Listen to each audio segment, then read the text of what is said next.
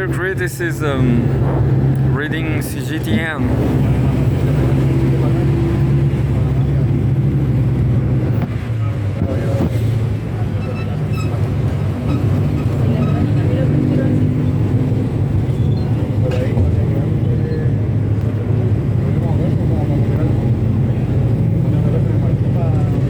Let's read some about the conflict in Iran, the war in Iran on Cgtn. World. Israeli military says it has begun new broad-scale airstrikes in Iran. Summary. US President Donald Trump said on Friday that, quote-unquote, there will be no deal with Iran, expect unconditional surrender, with no immediate response from Tehran. The Israeli army on Friday continued its strikes on targets in Lebanon, Beirut, and Iran's Tehran and Isfahan, while Iran's armed forces said they attacked US and Israeli targets across the region. The escalating crisis in the Middle East has become, quote-unquote, a major humanitarian emergency. A senior official of the United Nations High Commissioner for Refugees said at a regular press briefing on Friday. These new updates. Timeline Watch Live. Scenes from Middle East conflict hotspots. Netanyahu wins Israeli support from Iran war, but diplomatic risks grow. 57 minutes ago. Middle East. Netanyahu wins Israeli support from Iran war, but international risks grow. Journalist is Lee Ruikan. 4 minutes text. There's a photograph, a hangout photo made available by Israel's government press office. GPO shows Israeli Prime Minister Benjamin Netanyahu delivering something. Israeli Prime Minister Benjamin Netanyahu has bolstered his domestic support with joint strikes on Iran, but the campaign is shocking international unease that could further isolate Israel. The military operation, which began last week with strikes killing Iran's supreme leader and targeting nuclear and missile sites, has rallied Israelis around their leader. Opposition leader Yair Lapid, a longtime critic of Netanyahu, has expressed support for what he called, quote-unquote, just war against evil, saying he will set aside political differences with the Prime Minister. A poll by the Israel Democracy Institute found 93% of Jewish respondents in Israel, including 76% of those on the left, supporting the decision to attack Iran.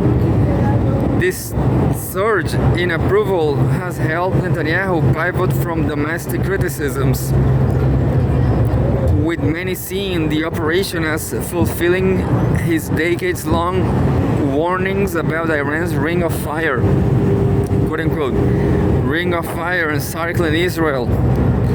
Netanyahu, who has been prime minister for more than 18 years, across 3 non-consecutive terms, has had to navigate dwindling domestic support that largely resulted from ongoing corruption charges and widespread blame for security failures surrounding the Hamas attack on Israel in October 2023.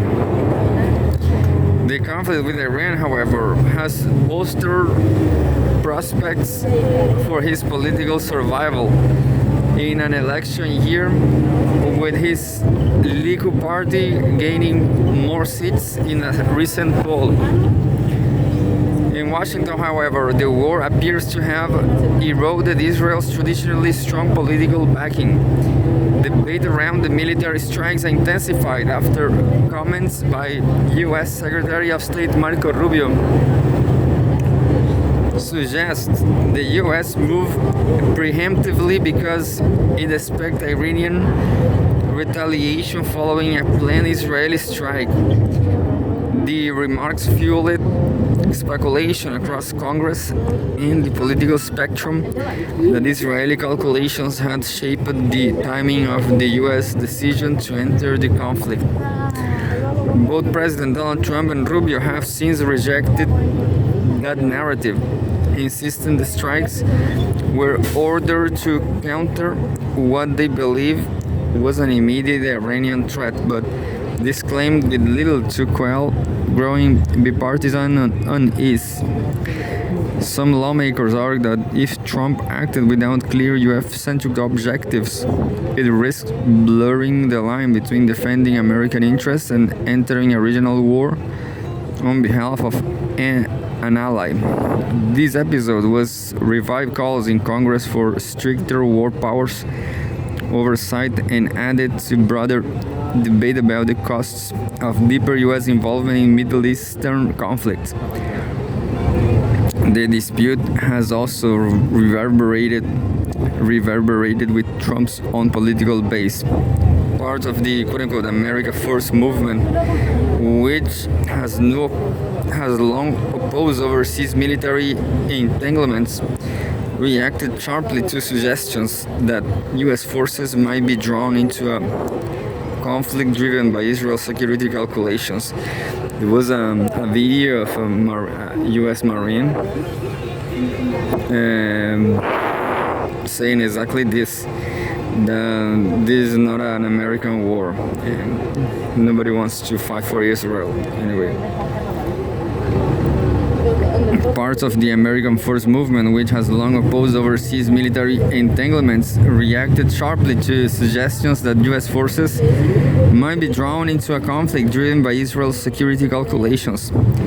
Conservative commentators, notably former Fox News anchor Tucker Carlson, argued that the perception of Washington fighting quote-unquote Israel's war round counter to the non-interventionist instincts that helped shape Trump's political appeal, highlighting new strengths in the political consensus that has traditionally underpinned strong U.S. support for Israel. Similarly, Israel's diplomatic position has weakened further elsewhere. The scale of its military operations, especially in Gaza, where civilians' casualties have drawn global attention, has complicated its relations across the Middle East, even with countries that previously normalized ties with it. And there's video too from Israeli army abandoned the war. You never know with social media, but there's a lot of videos. Closer to the conflict zone, Gulf states are reeling from Iran's retaliatory strikes targeting U.S. assets. The oil-rich nations have long sought to avoid war with Iran, but the U.S.-Israeli strikes have intensified their frustration, particularly with Israel. Officials from several Gulf countries expressed displeasure at being left uninformed before the February 28 attacks and criticized the U.S. for prioritizing the defense of Israel and American troops over their own security, leaving their air defenses rapidly depleting as Iran launched hundreds of missiles and drones into the region. The Associated Press reported, citing anonymous sources. Meanwhile, public figures tied to Gulf governments openly blamed Netanyahu for dragging the U.S. into a conflict they see as unnecessary. The videos I said, it was in Iran bombardments on Israel or something like that. Israeli army, collapsing from hypersonic missiles attacks from Iran. While Saudi Arabia, the UAE, Qatar, Kuwait, and Bahrain have condemned the strikes on Iran, analysts say over time they may begin to question if maintaining close ties with Israel brings more risks than benefits.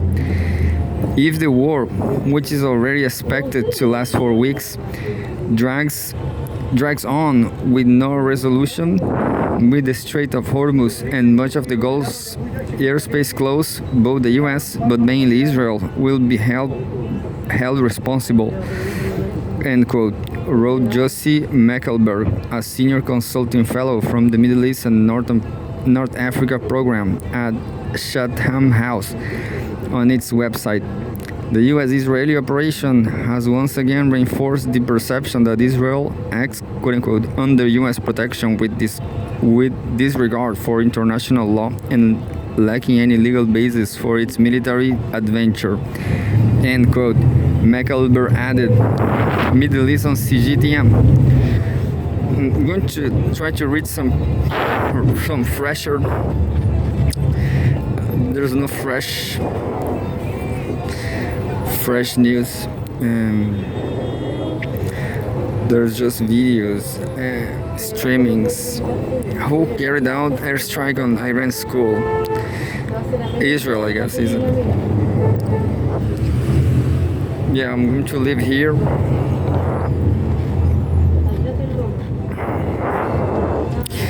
One hour ago, Iran war exposes the limits of U.S. military power.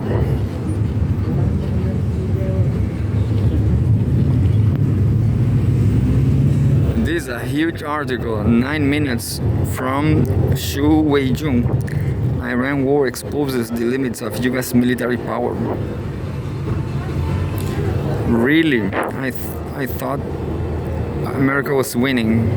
There's a picture. Smoke rises over buildings following explosions in the central region of the city, Tehran, Iran, March 6. Editor's notes. Wu Weijun is an assistant research professor at the Institute of Public Policy, South China University of Technology. His research interests include East Asian international relations, nationalism, Chinese diplomacy, and China-US relations. The article reflects the author's opinion and not necessarily those of Cgtn. Since the United States and Israel launched high-intensity strikes against Iran on February 28, the key variable shaping the battlefield has gradually shifted. The critical factor has shifted from the tactical accuracy and destructive impact of a single strike to whether the U.S. is capable of sustaining the rapid consumption of precision-guided munitions and air and missile defense interceptors during a prolonged high-intensity confrontation. Media reports indicate that the White House is planning to convene executives from major defense contractors and urge them to accelerate production, while the Pentagon is also preparing a supplemental budget of approximately $50 billion to address stockpile shortfalls caused by recent operations. These developments suggest that the capacity of the U.S. defense industry, especially its ability to produce munitions and replenish inventories, has already become a major factor constraining further military operations against Iran. Great news, I guess.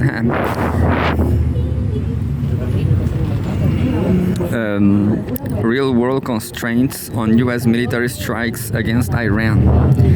Meanwhile, domestic political skepticism over military action against Iran has intensified in the U.S. The tug-of-war in Congress concerning the president's war powers has escalated despite the Senate's rejection of a resolution that will have restricted President Trump's authority to use force against Iran. The discord between the two parties over war authorization has escalated significantly. Moreover, a Reuters Ipsos poll shows that only 27% of Americans support military strikes on Iran, reflecting strong public resistance to grinding conflicts. This suggests that the Trump administration's domestic political legitimacy and popular support for sustaining large-scale, long-duration military operations against Iran are relatively weak. In this context, the high cost of a protracted war may reshape the Trump administration's willingness and strategic choices, pushing toward ending the current campaign with a quote-unquote narrative victory rather than continuing to pursue difficult long-term objectives. While the U.S. has the capacity to address the funding needs for operations against Iran in the short term by enacting a supplemental appropriations bill, the stockpiles and production capacity of relevant weaponry may constrain further military actions. Beyond deploying considerable naval and air assets to the Middle East, the U.S. has also expanded large quantities of precision-guided munitions in advanced air defense and anti-missile interceptors during this campaign, including Tomahawk cruise missiles, Patriot missiles, Standard Missile-3 missiles, THAAD interceptors, and Lucas drones.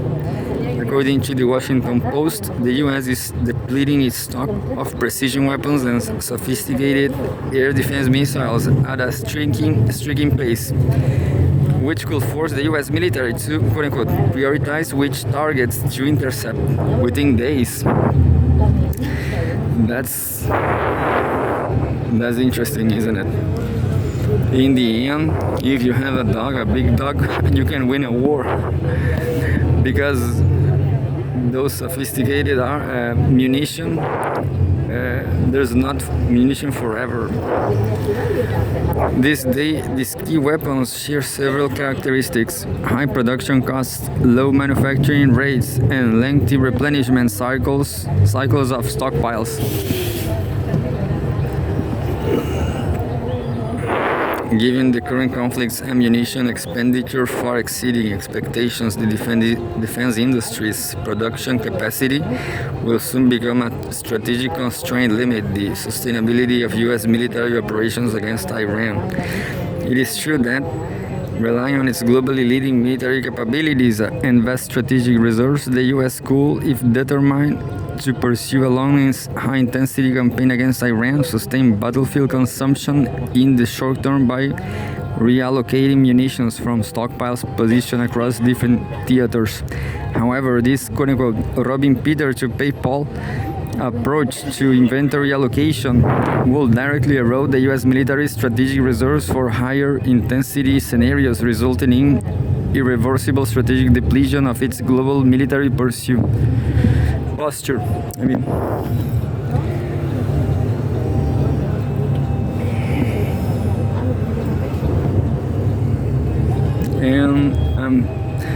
I'm done. Just from the perspective of attacking, as the U.S. and Israel rapidly secure air superiority over Iranian airspace and suppress Iran's air defense capabilities, U.S. forces can reduce its reliance on high-cost precision strike munitions, such as the Joint Direct Attack Munition (JDAM), which exists in larger stockpiles, can be replenished through mass production more quickly and have a lower unit cost. The direct attack munition, the classical bullets. This will significantly reduce the cost of operations against Iran and materially improve the sustainability of the campaign. Remember that Iran is drawing planes and drones on the floor, helicopters, fooling Israel. However, from the perspective of defending, intercepting Iranian retaliations will entail continued and large-scale depletion of interceptors' munitions. The long-term trajectory of this conflict will largely depend on the competition between the two sides with regard to stockpile size, the defense industry's capacity for mass production,